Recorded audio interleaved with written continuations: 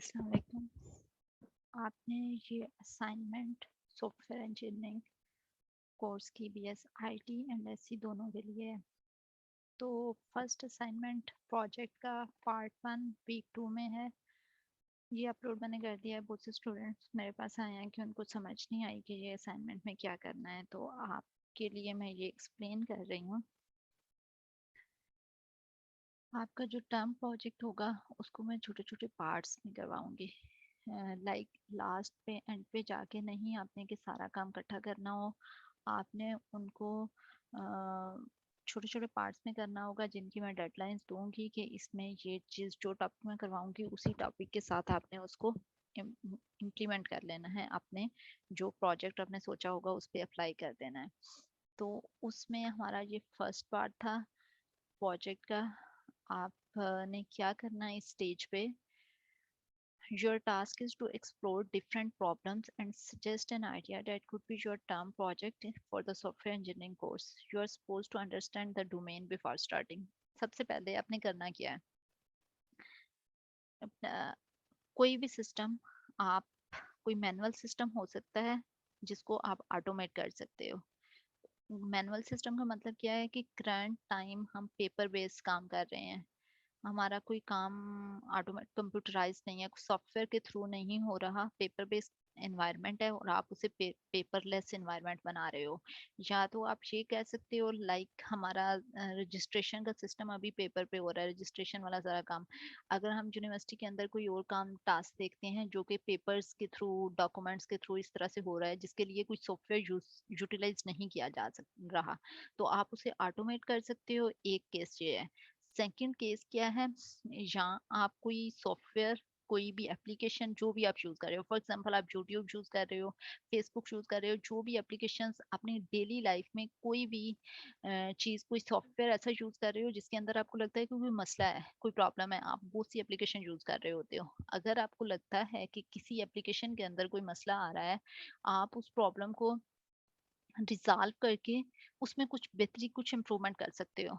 Example कैसे ले सकते हैं? लाइक आप व्हाट्सएप यूज कर रहे हो, आपको लगता है कि व्हाट्सएप के अंदर हमारा स्क्रीनशॉट लेना पॉसिबल नहीं होना चाहिए, आप दूसरे का स्क्रीनशॉट नहीं ले सकते। या कोई भी ऐसी चीज हम डाउनलोड नहीं कर सकते यूट्यूब की वीडियोस, या कोई ऐसी एप्लीकेशन, कोई भी एप्लीकेशन जो आप यूज कर रहे हो और आपको प्रॉब्लम फेस होता है। फॉर एग्जाम्पल हम टाइपिंग करते हैं, तो चलते हुए जब आप टाइपिंग कर रहे हो तो एरर ज्यादा आती हैं एज कम्पेयर टू कि जब हम नॉर्मली बैठ के टाइपिंग करते हैं तो हमारे टाइप करने में एरर कम आती हैं। तो इसकी क्या रीजन हो सकती है? कौन सी ऐसी चीज है जिसकी वजह से हम जब बात कर रहे होते हैं तो हम मैसेज टाइप करें तो हमारी एरर ज्यादा आती हैं? तो कोई भी तो रीजन होगी, मसल मूवमेंट की वजह से होता है यूजली ये। और उसको हम कैसे एक्सेलरोमीटर की मदद से हम उसको इम्प्रूव, बेहतर कर सकते हैं कि ताकि चेन की मूवमेंट भी उसके साथ एडजस्ट हो जाए और वो एरर्स कम आए। ये कुछ एग्जांपल थी। लाइक अगर मैं सिंपलेस्ट देखूं, हमारे यूनिवर्सिटी के बाहर जूस कार्नर है, या कोई भी टक शॉप है जो कि मैनुअल चल रही है, तो आप उससे कहो कि हम इसको ऑटोमेट करेंगे। ये भी एक नया काम है कि हम उसे ऑटोमेट करने जा रहे हैं एज ए टर्म प्रोजेक्ट।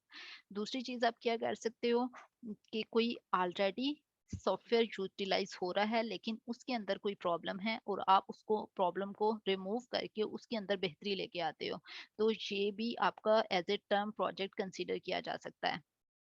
अब ये दोनों में से आपने कोई भी सिलेक्ट कर लेना है, या तो मैनुअल सिस्टम को ऑटोमेट करना या फिर ऑलरेडी ऑटोमेटेड सॉल्यूशन है और उसके अंदर प्रॉब्लम निकाल के आप उसे सॉल्व कर लेते हो। You are suppose to understand the domain before starting. इस बात का क्या मतलब है कि डोमेन, जैसे आप कोई किसी सॉफ्टवेयर इंजीनियरिंग का कोर्स पढ़ रहे हैं तो आपने अपनी डोमेन सॉफ्टवेयर रखनी है। आप पहले डोमेन को अंडरस्टैंड कर अपनी डोमेन के अंदर रहते हुए आपने काम करना है। आपने इररेलेवेंट नहीं लेके आना, रेलिवेंस होनी चाहिए आपकी सब्जेक्ट से। इस स्टेज पे आपने क्या काम करना है? आपने सिर्फ एक पैराग्राफ लिखना है जिसके अंदर आप प्रॉब्लम बताएंगे कि आप एज ए टर्म प्रोजेक्ट किस प्रॉब्लम पे काम करोगे, उस चीज के यूजर्स कौन होंगे। ये यूजर कौन है? वो लोग जो उस सॉफ्टवेयर को यूज करेंगे। लाइक अगर मैनुअल सिस्टम है, आप उससे ऑटोमेट कर रहे हो, तो कौन लोग यूज करेंगे? अगर हम टक शॉप की बात करते हैं या बाहर जूस कार्नर की बात करते हैं, तो उसको कौन यूज करेगा? एक तो उसके कस्टमर्स होंगे, एक वो जो शॉपकीपर खुद होगा। कौन कौन से लोग होंगे? वो रॉ मटेरियल जिन लोगों से लेता है वो हो सकते हैं। कौन लोग यूज करेंगे उस सॉफ्टवेयर को? या अगर एक ऑलरेडी सिस्टम बिल्ड है, फॉर एग्जांपल यूट्यूब है, यूट्यूब कौन से लोग यूज करते हैं? आप देखेंगे बहुत से आपके इर्द गिर्द मिलियन ट्रिलियन जो भी सब लोग यूज, कमर्शियल सारे लोग यूज कर रहे होते हैं इसको। दूसरे अगर हम कोई स्पेसिफिक सॉफ्टवेयर लेते हैं, जैसे विजुअली impaired लोगों के लिए कोई सॉफ्टवेयर है, तो उनके स्पेसिफिक यूजर्स होंगे। अगर हम कहते हैं स्पेशल चिल्ड्रंस जो होते हैं, उनके लिए आप कोई सॉफ्टवेयर ऐसा है जो उनके लिए बना हुआ है और आप उसको इम्प्रूव कर रहे हो कि इसमें ये चीज मसला है और हम इस प्रॉब्लम को सॉल्व करने जा रहे हैं, तो वो स्पेसिफिक नंबर ऑफ यूजर्स के लिए होगा। आपने डिफाइन करनी है अपनी प्रॉब्लम कि आप किस प्रॉब्लम को सॉल्व कर रहे हो।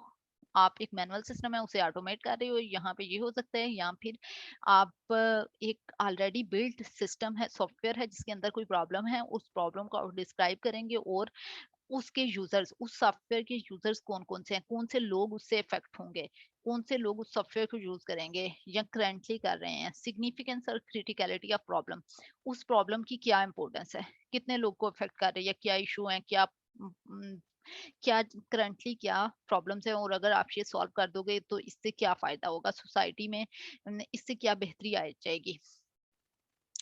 Issues in the existing solution and suggestions, आप इसको कैसे इंप्रूव करोगे। इस स्टेज पे आपने मुझे एक पैराग्राफ लिख के देना है जिसके अंदर ये चीजें होनी चाहिए: प्रॉब्लम, उसके यूजर्स, और सिग्निफिकेंस, एग्जिस्टिंग सॉल्यूशन जो है करंट टाइम पे जो सिस्टम चल रहा होता है उसको हम लिगेसी सिस्टम भी कहते हैं। लिगेसी सिस्टम के अंदर जितने इश्यूज हैं वो, और आप उसके लिए क्या सजेस्ट करते हो। अभी जस्ट आपने एक पैराग्राफ मुझे सबमिट करवाना है जिसके अंदर ये चीजें होनी चाहिए।